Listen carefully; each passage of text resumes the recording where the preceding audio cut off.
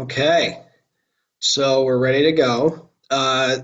What we're going to do is I'm going to break this up piecemeal because of multiple things, but because mainly of the 15-minute time limit. I'm going to break this chapter up into multiple videos. So we're continuing with monetary policy. I did money, the function of money, and I'm going to segue into the Fed and monetary policy. But one of the things you have to understand about money is what it's backed by and issues with it in terms of the supply. So let me show you real quick. All right. So what backs money? And this is from the notes. Uh, Money used to be backed by, if I can find it, money used to be backed by gold. All right, see, there's gold. Money used to be backed by the gold. So we used to be on what's called the gold standard. Since almost the Middle Ages, we were backed by the gold standard. All right, what that means is for every dollar we issued, it was backed by a hard commodity, namely gold. Richard Nixon, rightfully, one of the things he did that was good, uh, took us off the gold standard in 1971. And the reason for that was because you have an exponentially increasing population. All right. The population is growing exponentially.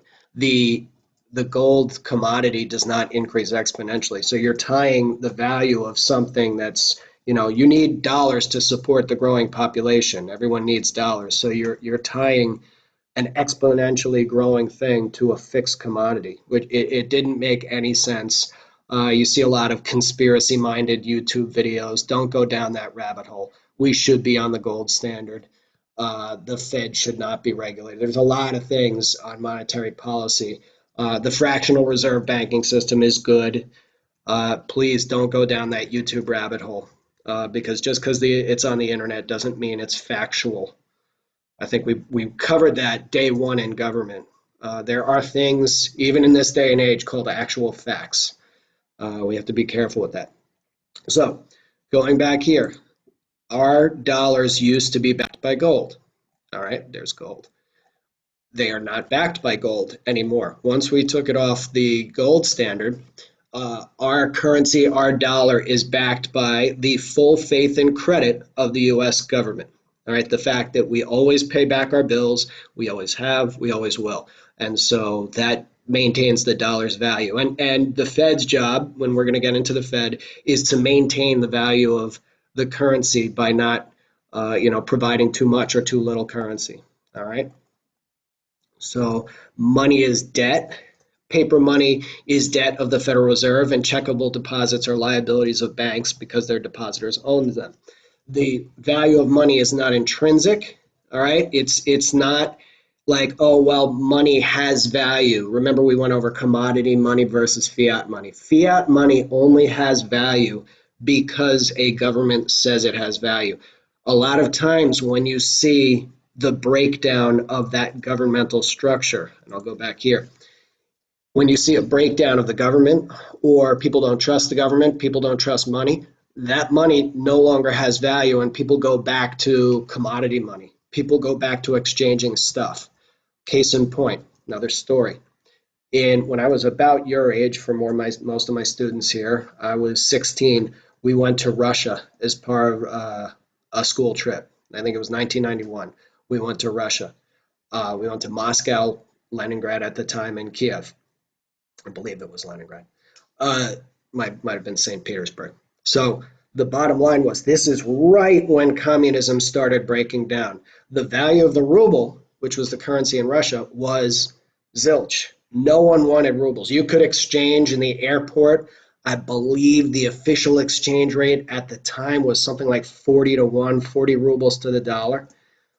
But if you went on the street and you just asked for the people, hey, I'll give you $1, give me rubles, people were offering us as much as like 400 rubles to the dollar. So the ruble had absolutely no value. What did have value, like if we would go to a marketplace and say, hey, we want to buy your things, and we would have these rubles thinking that was the currency to use. They'd like, no, no, no rubles. They knew we were American. They wanted dollars. So that illustrates that a currency only has value if that state is stable, if that country is stable. In fact, commodity money, what had value was we all brought a bunch of jeans because that's what Americans wear, and they wanted those blue jeans. Like you could exchange blue jeans for anything. I got a Soviet hat. Here, hold on. I'm gonna try to pause. Okay, I hope that worked. I got a Soviet hat. I traded blue jeans, and you got this Soviet era hat. It's an actual officer's cap. Or army cap. I don't know. If you're a military history, you might know what that is. But it was just a souvenir. They didn't want money for it. They wanted blue jeans. So you just give up your blue jeans and you get all these things. So that's money has no intrinsic value. Now, if we go back to here, we did that. We did that. So if you print out too much money, all right, the relative supply and demand of money causes either inflation or deflation, money going down in value or money going up in value or prices going higher or lower. All right. So in this case, if the central bank provides too much money, all right, they just use the printing presses and just like rail out as much money as they can. It can cause excess inflation, otherwise known as hyperinflation.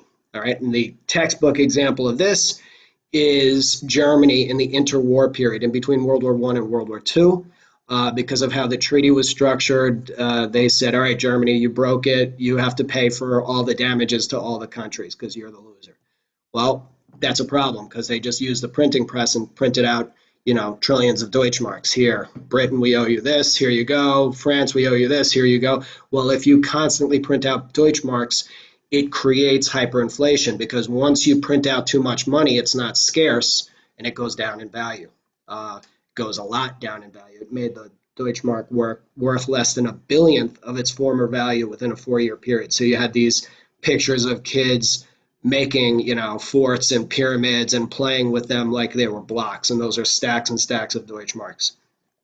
Here's another meme. The woman with all these, bricks of money, stacks of money, as they say in the rap songs. Hyperinflation, so we can make money forts. All right.